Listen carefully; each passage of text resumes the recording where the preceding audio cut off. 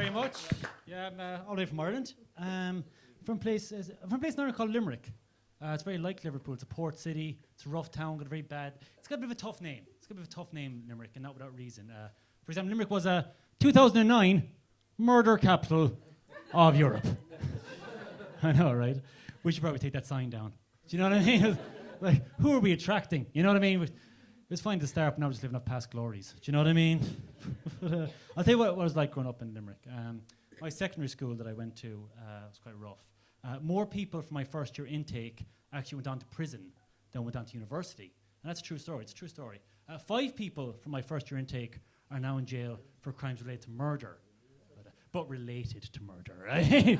What is that? Do you know what I mean? They didn't kill anyone, but they were there. Murder wouldn't really happen without them. Do you know what I mean? Integral to the whole process. Integral. But growing up, it was rough, whatever. Like late 90s, early 2000s, drugs were a big scourge in Limerick. Heroin, specifically, big scourge. And I knew people who were taking it and selling it and all that. But I never really got involved in any of that. I actually went on to university and I got a degree in sociology. And not a day goes by where I don't regret not selling drugs. It would have been a way better career choice. Do you know what I mean? Drugs is where the money was. Do you know what I mean? No one ever calls a sociologist on a Friday night. You know? But yeah, like I like to read the newspaper on my way to work in the mornings. You know, helps commute go a little bit quicker, you know? And I was reading an article recently that said that British and Irish teenagers have the worst levels of underage problem drinking in Europe. And I couldn't help but think that that's just a matter of perspective. Do you know what I mean? You could just easily have said that they have the best levels of underage problem drinking in Europe. They're clearly very good at it. Do you know what I mean? Like, if there's a Premier League table for underage problem drinking, we'd be winning it. So, but my real issue with that article was this. It was the use of the term problem drinking. Because like, that's a subjective term. Like, who's on a mountain deciding what problem drinking is? Do you know what I mean? You might say problem drinker. I might say bit of a legend. Do you know what I mean? It's like, it's a matter of perspective. Like, you might say, James went out last night, drank an entire bottle of whiskey. We need to help him. He has a problem. I might say, James went out last night, necked an entire bottle of whiskey like he fucking lad. Do you know what I mean? James knows how to party. Don't bring him down just because you're not cool. You know what I mean? But yeah, it's all a matter of perspective. The English language is interesting. Like, you've all heard the phrase, things happen for a reason, right? It's a common phrase. Does anyone else think it's the dumbest fucking phrase in the English language? Like, things happen for a reason. Yeah, that's how things work. You know what I mean? Things happen in a linear chain of events. Nothing just randomly occurs. You know what I mean? But more importantly, like, I don't know about you guys, but I'm sure some of you have been broken up with, right? And it hurts. And what your friends always say, hey man, don't worry about it. She wasn't for you. Things happen for a reason. He was a scumbag. Things happen for a reason, right? Because like, it happened to me a few months back. I got broken up with, and look, it hurt, right?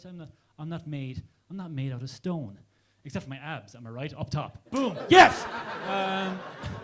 Very low self-esteem. I needed that. Thank you. When my friend saw me, like, he knew I was down, and he was like, Cathal, don't worry about it, mate. These things, they happen for a reason. And I was like, well, yeah, that's true, but the reason in this case was she fucked my mate when I was in Spain. Do you know what I mean? It's a reason. It's a good reason, but you're not helping me, Steve. You're not helping me in any way here. But, because like I don't like doing political satire all that much. I think it's very preachy sometimes. Not that funny, But I think one thing we can all agree on is, like, let's say with Brexit, that there's a lot of it. There's a lot of it on the news. Do you know what I mean? To the point where it's almost like saturation point. Like I for one, look, I'm an EU immigrant and I'm struggling to give a shit about Brexit at this point. Do you know what I mean? Like, call me old-fashioned, but when it comes to like news coverage, I'm starting to miss the war on terror. You know, I mean, remember the good old days? Remember 5 years ago? Al Qaeda, whatever happened to them? You know what I mean? Did they break up? I don't know. Like. They're very much the one direction of terrorist organizations, and they were huge 5 years ago, but I don't know what they're up to these days. You know what I mean? Maybe they went solo. I don't know. But One Direction, of course, were famous for taking on the boy band mantle from Westlife. I don't even remember Westlife. They were Irish, had a lot of bangers back in the 90s. Sort of like the IRA. But then along came like One Direction / Al Qaeda. No one cared anymore. No one cared. 9/11 was very much the day when the IRA got relegated to the championship of terrorism.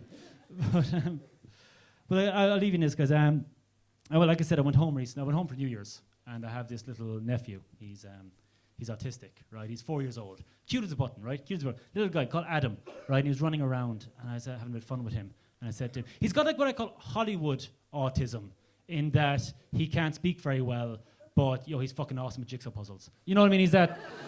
But hey, Adam. I goes to him, Adam, do you like school? And he goes, yeah, I like school. And he goes, who's your best friend in school? And he goes, Rosie. I was like, aw, that's cute.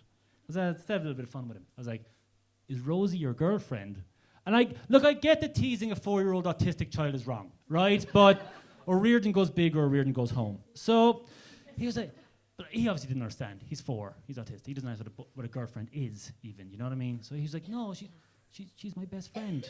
I was like, no, it's like so cute. Like, and I was like, rubbed him on the forehead. I was like, let's go play with your Legos, Adam. I didn't mean that's what I said in my mouth. What I was thinking was, that's it, Adam. Never let them get too close. Keep them out here, never in here. They will only hurt you. They will only hurt you. Wish someone told me that when I was 4. Being single's great, guys. I'll finish on a song. I'll finish on a very quick song, guys. Any Adele fans in? Yeah. There you go. The rest of you are lying, okay? Share that song. Hello from the other side. I must have called 1,000 times. 1,000 times, though. No wonder he left you.